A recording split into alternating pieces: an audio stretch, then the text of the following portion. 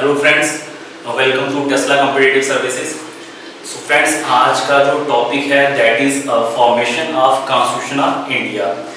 जो हमारे different political units पढ़ते हैं अपने कॉन्स्टिट्यूशन के अंदर, like fundamental rights, different constitution bodies, independent judiciaries, उसका फॉर्मेशन कैसे हुआ, हमारे जो कॉन्स्टिट्यूशन मेकर्स थे उनको क्या चैलेंजेस थे यहाँ पे, like religion was the challenge at that time, casteism was the challenge, ठीक है।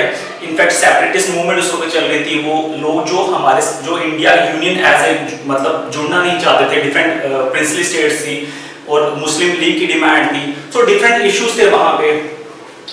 तो let's start the formation of constitution of India. तो जो पहला लेक्चर था इन जनरल हमने वहाँ पे डिस्कस किया था कि कॉन्स्टिट्यूशन होता क्या है, हमें कॉन्स्टिट्यूशन की जरूरत क्या है, why we need a constitution, ठीक है। तो जब हमने कॉन्स्टिट्यूशन को इन जनरल डिफाइन किया था, वहां पे हमने टाइप्स ऑफ कॉन्स्टिट्यूशन पढ़े थे, ठीक है। टाइप्स ऑफ कॉन्स्टिट्यूशन में लाइक रिटन कॉन्स्टिट्यूशन और अनरिटन कॉन्स्टिट्यूशन क्या होता है, डिफरेंस क्या होता है उनमें, ठीक है। और जब हमने एग्जांपल्स पढ़ी थी वहां पे, तो हमने ये देखा था कि इंडियन कॉन्स्टिट्यूशन जो है किस कैटेगरी में आता है, that is written constitution.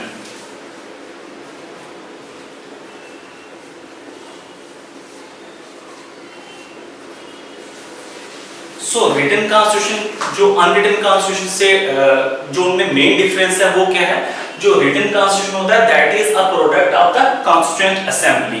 Written constitution को एक कॉन्स्टिट्यूएंट असेंबली बनाती है, ठीक है।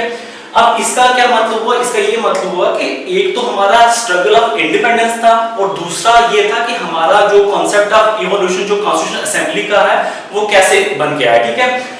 उसके लिए हम थोड़ा सा यहाँ डिटेल पढ़ते हैं कि कैसे इवॉल्व हुआ। और इनफैक्ट अगर आप ये देखोगे कॉन्स्टिट्यूएंट असेंबली का कॉन्सेप्ट एक्चुअल में है क्या, basically it is the right of the people to determine their own future. Like उसमें जो पीपल है उनका एक राइट होता है कि वो अपने आप को एक कॉन्स्टिट्यूशन दें, ठीक है, अपनी चॉइस का थ्रू देयर रिप्रेजेंटेटिव बॉडी। और वो रिप्रेजेंटेटिव बॉडी कौन सी होती है, कॉन्स्टिट्यूशन असेंबली, ठीक है। So what is the concept, concept is right of the people, ठीक है, to give to themselves a constitution of their choice through representative body, ठीक है। इनफैक्ट अगर हम ये बात करेंगे जो फादर ऑफ कॉन्स्टिट्यूशंस रहे उस टाइम पे, उनका मानना कॉन्स्टिट्यूशन असेंबली का it is a dynamic in nature. Dynamic nature का क्या मतलब हुआ कि उन्होंने कॉन्स्टिट्यूशन असेंबली को नॉट मेरली रिप्रेजेंटेटिव बॉडी देखा, उन्होंने कहा it is a nation on the move.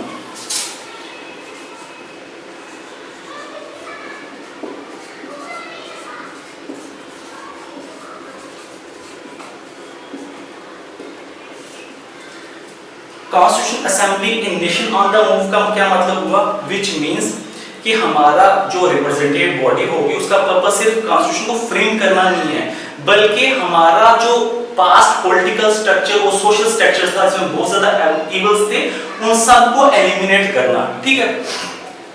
No as far as according to Ivor Jennings, अगर हम उनकी बात सुनेंगे, जो एक थ्योरिस्ट थे, उन्होंने कहा था देयर आर 3 कंडीशंस, या यू कैन से 3 सिचुएशंस ऐसी हैं जिससे कॉन्स्टिट्यूएंट असेंबली का फॉर्मेशन होता है। अब वो 3 सिचुएशन कौन सी है,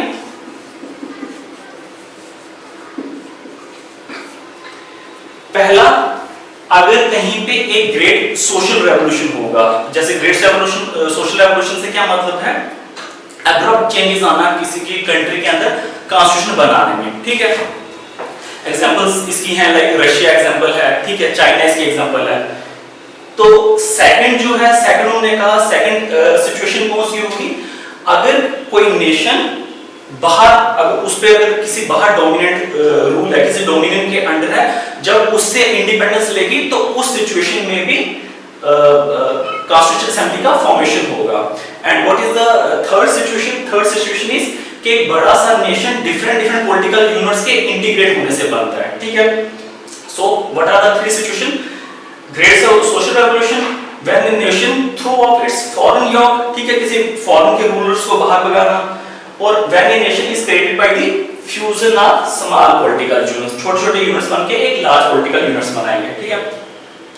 no as far as India is concern, India कौन से कैटेगरी में यहाँ आएगा, it is a second category. क्यों? क्योंकि यहाँ पे ब्रिटिश का रूल था, और जब ब्रिटिश को हमने यहाँ से मतलब जब हमने इंडिपेंडेंस ली उनसे, तो उसके बाद हमने कॉन्स्टिट्यूशन असेंबली फ्रेम की और उसने हमारा कॉन्स्टिट्यूशन बनाया। ठीक है, आई होप इतना आपको क्लियर होगा। इसको चाहो तो आप स्क्रीनशॉट ले सकते हो। यहाँ थोड़ा सा अब यहाँ पे हमने डिस्कस करना topic evolution of the constitution assembly, कि उसका इवोल्यूशन कैसे हुआ, तो थोड़ा सा बैकग्राउंड डिस्कस कर लेते हैं यहाँ पे उसका। ठीक है,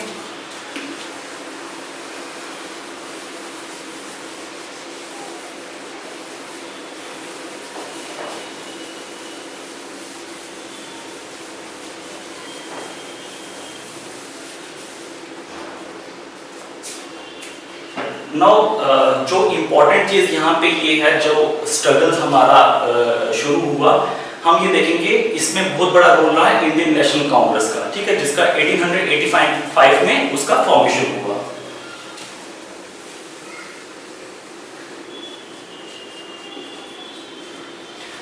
इंडियन नेशनल कांग्रेस जो था एक पॉलिटिकल पार्टी की फॉर्म में सामने आया। इनफैक्ट वो एक ब्रिज बन गया था between the people and the British government. जो भी लोगों की डिमांड होती थी, थ्रू दिस प्लेटफॉर्म वो उसको रेज करते थे डिमांड्स को। ठीक है, और ब्रिटिश के टाइम पे वो ब्रिटिश फिर कॉन्स्टिट्यूशन रिफॉर्म्स लाते थे, कुछ डिमांड्स हमारी एक्सेप्ट की जाती थी और कुछ रिजेक्ट हो जाती थी, दैट इज ऑब्वियस। एंड यहाँ पे एक चीज और है कि इंडियन नेशनल कांग्रेस में हम इसको 3 फेजेस में डिस्कस करते हैं। मॉडरेट फेज जो 1885 से 1905 तक रहा, जिसके लीडर्स थे लाइक दादा भाई नौरोजी, गोखले। ठीक है, दादा भाई नौरोजी को grand old man of India भी बोला जाता है। And second phase is extremist phase, जो 1905 से 1917 तक डोमिनेट रहा, जिसके लीडर्स थे लाइक जिसको हम लाल बाल के नाम से बोला जाता है। लाल मतलब लाला लाजपत राय, बाल गंगाधर तिलक एंड बिपिन चंद्र पाल। ठीक है, एंड आफ्टर 1917 का जो ईरा था उसको गांधी ईरा माना जाता है, गांधी का जो रोल रहा है इंडिपेंडेंस में। ठीक है, अब यहाँ पे एक इंपॉर्टेंट चीज और डिस्कस करने की है, वो ये है कि 1928 में साइमन कमीशन आया।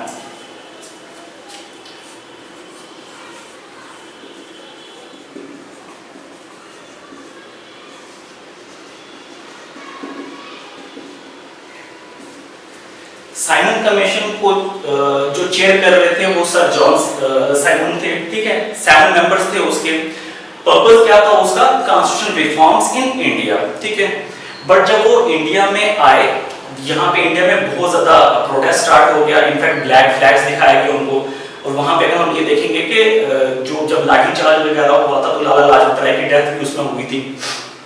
बट यहाँ के पॉलिटिकल लीडर्स का ये बोलना था कि आप कॉन्स्टिट्यूशन रिफॉर्म्स की बात कर रहे हो इंडिया में, बट जो साइमन कमीशन के 7 मेंबर्स थे उसमें एक भी इंडियंस नहीं था। तो हाउ इट इज पॉसिबल कि आप हमारे लिए कॉन्स्टिट्यूशन बना रहे हो जिसमें हमारा कोई मेंबर ही नहीं है, हमारी कोई रिप्रेजेंटेशन ही नहीं है। तो वहां पे फिर ब्रिटिशर्स की तरफ से, जैसे ब्रिटिश का एक चैलेंज दे दिया उन्होंने, लॉर्ड बेकिंगहेड ने। उन्होंने कहा कि ठीक है फाइन, अगर आपको ऐसा लगता है तो कोई आप अपना कॉन्स्टिट्यूशन बना के दिखा दो हमें। So the challenge was accepted by the Indian National Congress. 1928 में फिर नेहरू कमेटी रिपोर्ट आई।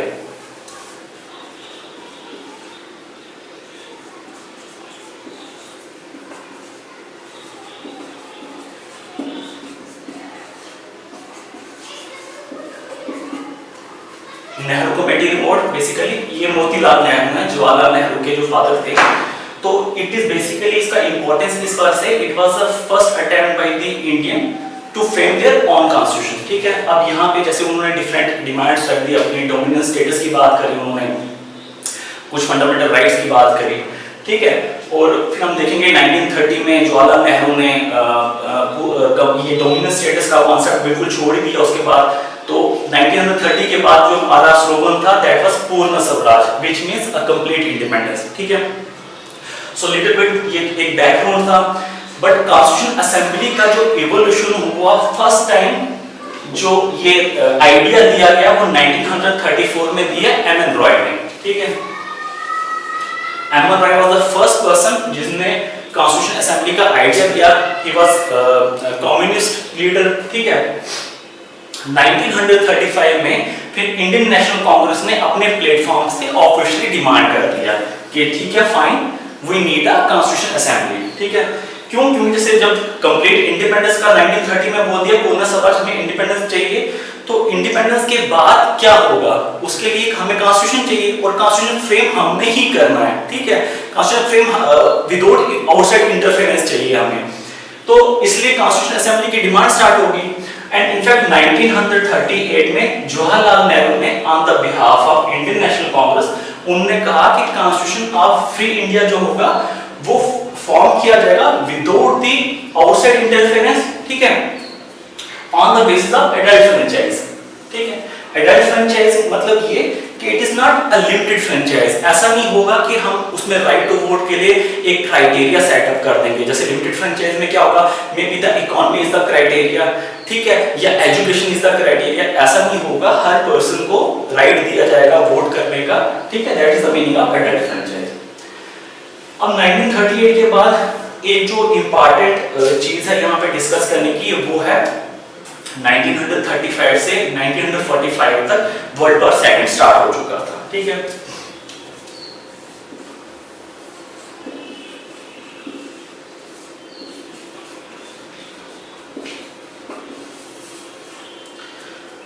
इस वॉर में ब्रिटिश पर एक किस्म का प्रेशर था बहुत ज्यादा।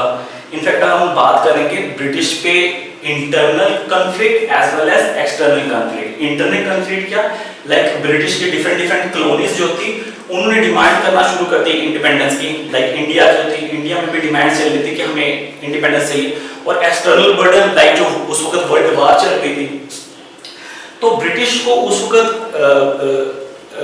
ब्रिटिश ने डिमांड की कि हमें इंडियन नेशनल कांग्रेस से कि आप अपना पार्टिसिपेशन करो वर्ल्ड वॉर सेकंड में, ठीक है, हमें एक सपोर्ट चाहिए आपकी। बट उस टाइम तक हमारा डिमांड जो था, हमारा मूवमेंट्स बहुत ज्यादा पीक पे था, मूवमेंट स्टार्ट हो गया था कि हमें इंडिपेंडेंस चाहिए, ठीक है, हमें अपनी कॉन्स्टिट्यूशन असेंबली चाहिए जो हमारा कॉन्स्टिट्यूशन फ्रेम करेगी, ठीक है। So in order to appease the Indians, Britishers ने क्या किया, एक किस्म का बार्गेन बोल लो स्टार्ट कर दिया, ऑफर देना शुरू कर दिया। ओके फाइन, उन्होंने बोला, और जो फर्स्ट ऑफर था जो ब्रिटिश की तरफ से हमें आया वो आया 1940 में, उसको बोला जाता है अगस्त ऑफर। अगस्त ऑफर को अगस्त इस वजह से बोला जाता है क्योंकि इन द मंथ ऑफ अगस्त आया था। इनफैक्ट इसका जो दूसरा नाम है वो है लिन-लिथगो ऑफर, क्योंकि वाइस राय थे लिन-लिथगो उस वक्त, उसको लिन-लिथगो ऑफर भी बोलते हैं।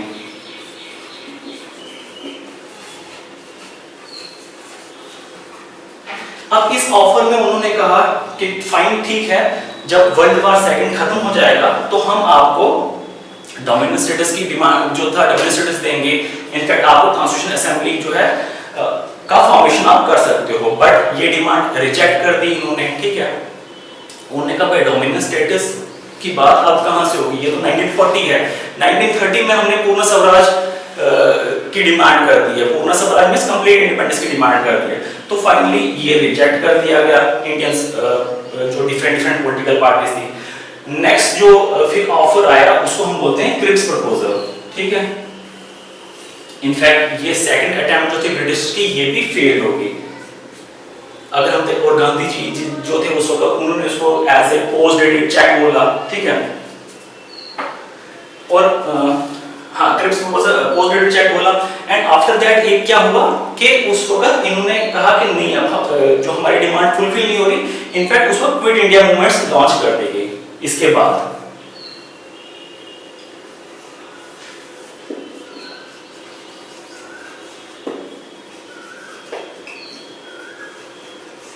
ठीक है, क्विट इंडिया मूवमेंट का रिजल्ट ये हुआ कि most of the political leaders को जेल में डाल दिया गया, ठीक है। इनफैक्ट जो आइडिया था हमारा कॉन्स्टिट्यूशन असेंबली का उसको पोस्टपोन कर दिया उस वक्त। उन्होंने कहा कि फाइन ठीक है, अब जब वर्ल्ड वॉर सेकंड खत्म हो गया उसके बाद हम आपकी डिमांड को देखेंगे।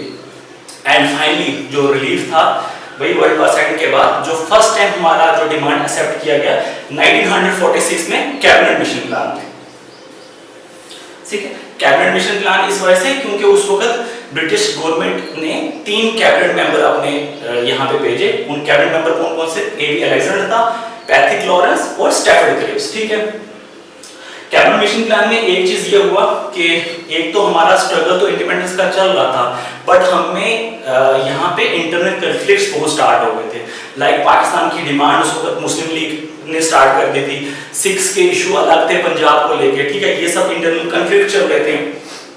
कैबिनेट मिशन प्लान ने कहा कि जो मुस्लिम लीग ने डिमांड रखी थी कि हमें सेपरेट नेशन चाहिए, 2 कॉन्स्टिट्यूएंट असेंबली होना चाहिए, वो इसमें एक्सेप्ट नहीं किया गया। उसने कहा कि नहीं, एक ही कैबिनेट एक ही कॉन्स्टिट्यूएंट असेंबली होगी। फिर उसमें उन्होंने ग्रुपिंग कर दी 3 प्रोविंसेस की, ठीक है।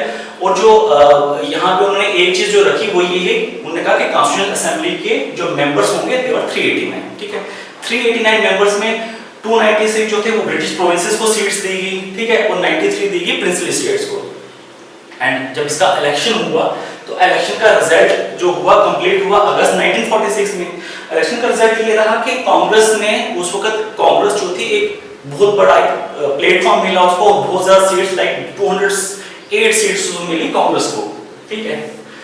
मुस्लिम लीग को सिर्फ 73 सीट्स मिली और जो अदर पॉलिटिकल इंडिपेंडेंट पार्टीज थी उनको 15 सीट्स मिली, ठीक है। इनफैक्ट इस इलेक्शन में जो प्रिंसली स्टेट्स थे उन्होंने पार्टिसिपेट नहीं किया, उन्होंने बाइकआउट कर दिया इसको, क्योंकि उनको अभी डिसाइड नहीं हो पा रहा था कि हमें मर्ज होना है इंडिया के साथ या पाकिस्तान के साथ या हमें इंडिपेंडेंट रहना है, ठीक है। बट इस रिजल्ट का एक जो सेटबैक हुआ वो लगा मुस्लिम लीग को, ठीक है। मुस्लिम लीग के लिए जो ये रिजल्ट था इससे काइंड ऑफ डिसअपॉइंटमेंट रहा, ठीक है। तो उन्होंने यहाँ से क्या किया, विड्रॉ कर दिया अपने सपोर्ट कॉन्स्टिट्यूशन असेंबली से, और फिर उन्होंने कहा कि नहीं, हमें इंडिपेंडेंट पाकिस्तान अलग से चाहिए, हमें अलग कॉन्स्टिट्यूशन असेंबली चाहिए। फिर से डिमांड उन्होंने रेज कर दी। और हम देखेंगे जैसे फर्स्ट मीटिंग जब हुई थी इस कॉन्स्टिट्यूशन असेंबली की, वो हुई ओके, और फर्स्ट मीटिंग हुई कॉन्स्टिट्यूशन असेंबली की दिसंबर 9, 1946 को, और उसमें मेंबर्स कितने थे, 211 मेंबर्स ने उस मीटिंग को अटेंड किया। रीजन बीइंग क्या था कि मुस्लिम लीग ने बाइकआउट कर दिया था, ठीक है। और फर्स्ट मीटिंग में जो हमारे टेम्पररी प्रेसिडेंट थे उसमें वो डॉक्टर एस.एन. सिन्हा को बनाया गया। और जब 2 दिन बाद सेकंड मीटिंग हुई दिसंबर 11, 1946 को, तो कॉन्स्टिट्यूशन असेंबली के जो परमानेंट प्रेसिडेंट थे वो डॉक्टर राजेंद्र प्रसाद थे। और सबसे इंपॉर्टेंट चीज ये है, जो डेट यहाँ पे वो है दिसंबर 13, 1946। इस डेट को जवाहरलाल नेहरू जी ने हिस्टोरिक ऑब्जेक्टिव रेजोल्यूशन पास किया। इंपॉर्टेंस उस ऑब्जेक्टिव जो उसकी ऑब्जेक्टिव रेजोल्यूशन की इंपॉर्टेंस ये है कि उसने बेसिकली डिफाइन किया फंडामेंटल और philosophy of constitution of India को, ठीक है। Like India is a sovereign independent and Republic country. In fact हम देखेंगे कि ऑब्जेक्टिव रेजोल्यूशन का जो मॉडिफाइड फॉर्म था वो हमारे पास प्रेम्बल की शक्ल में आया, ठीक है।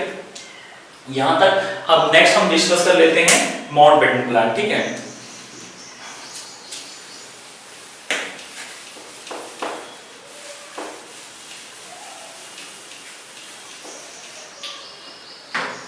सो बेसिकली माउंटबेटन प्लान जो जून 3, 1947 को आया, इसको हम पार्टीशन प्लान भी बोलते हैं।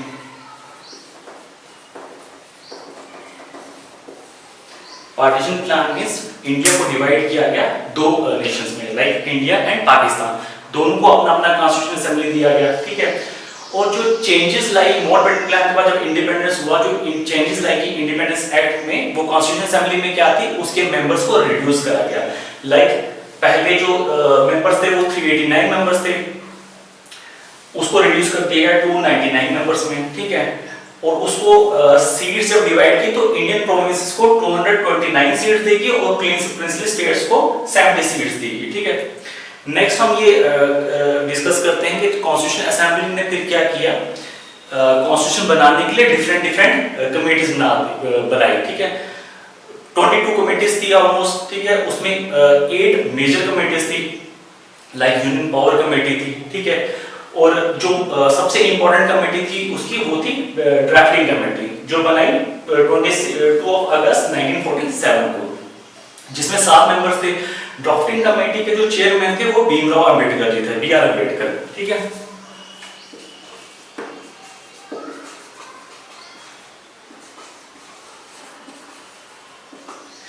भीमराव अंबेडकर को chief architect of the Indian constitution बोला जाता है, ठीक है। विदिन 6 मंथ्स उन्होंने अपनी रिपोर्ट को सबमिट करा दिया गया। एंड जब कॉन्स्टिट्यूशन असेंबली ने, जब डिफरेंट कमेटीज ने constitution, in fact more than 60 countries का कॉन्स्टिट्यूशन को स्टडी किया गया, उसके डिफरेंट प्रोविजंस को डिस्कस किया गया कॉन्स्टिट्यूशन असेंबली में।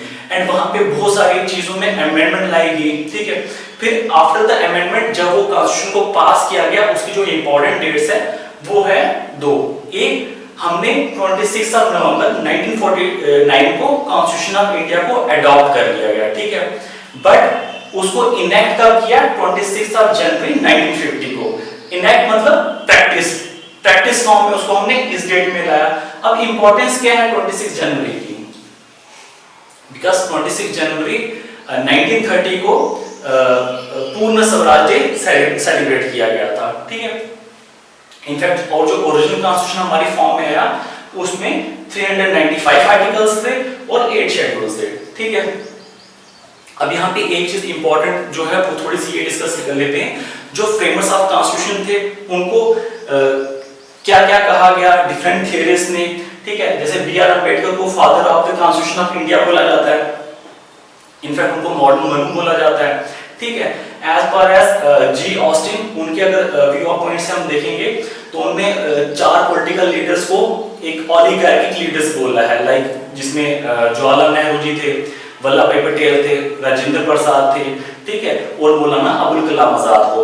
ओलिगार्किक लीडर्स का मतलब ये हो गया कि कॉन्स्टिट्यूशन असेंबली में दो काफी चीजों में डिस्कशंस तो होता था, लेकिन इन चार पॉलिटिकल लीडर का बहुत ज्यादा इन्फ्लुएंस था उस कॉन्स्टिट्यूशन असेंबली में, ठीक है। इनफैक्ट ऑस्टिन के पॉइंट ऑफ व्यू से उन्होंने ये कहा कि पटेल के और नेहरू के डिफरेंट इंटरेस्ट थे, ठीक है। उनका स्पेशल इंटरेस्ट पटेल का अलग था, नेहरू का अलग था। लाइक अगर वल्लभ भाई पटेल की बात करेंगे तो उनका इंटरेस्ट था कि प्रिंसली स्टेट्स जो थी उनको कैसे इंटीग्रेट करके हमने इंडिया यूनियन बनाना है, ठीक है। दूसरा जो होम मिनिस्ट्री का वर्किंग कैसे होगा और सिविल सर्विसेज पब्लिक सर्विसेज में कैसे रन होगी, इन चीजों में जो इंटरेस्ट स्पेशल इंटरेस्ट था वल्लभ भाई पटेल का। बट जब हम बात करेंगे जवाहरलाल नेहरू की तो उनका इंटरेस्ट किस में था? लाइक फंडामेंटल राइट्स की बात, हमेशा राइट्स की बात बहुत की है जवाहरलाल नेहरू ने, फंडामेंटल राइट्स की बात की थी, ठीक है। माइनॉरिटी के राइट्स की बहुत ज्यादा बात किया है कि उनको माइनॉरिटी के राइट्स को कैसे प्रोटेक्शन दी जाएगी, ठीक है।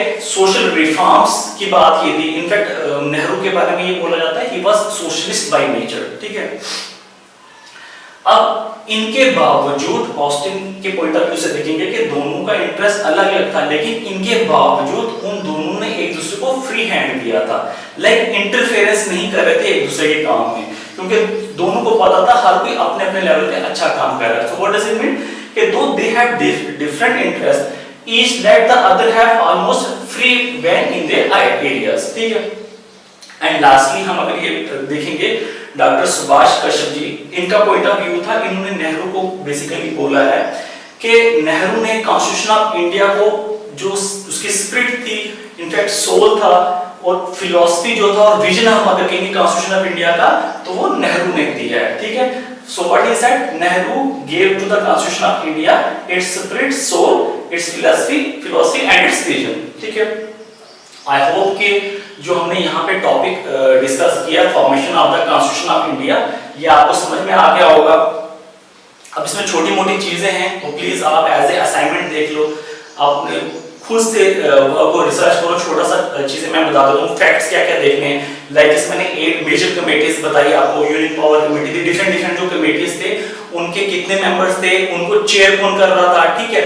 उसके बाद जो इंडियन फ्लैग है वो कब अडॉप्ट किया गया, इंडियन नेशनल एंथम कब अडॉप्ट किया गया, वो डेट्स आप देख लो, इंडियन नेशनल सॉन्ग कब अडॉप्ट किया गया, ये सब फैक्ट्स हैं। इसको आप थोड़ा सा इस पे खुद रिसर्च वर्क करो और पार्टिसिपेट करो टेस्ट सीरीज में, ठीक है। और I hope this is almost done. So if you like this lecture please subscribe to our channel और इसको ज्यादा से ज्यादा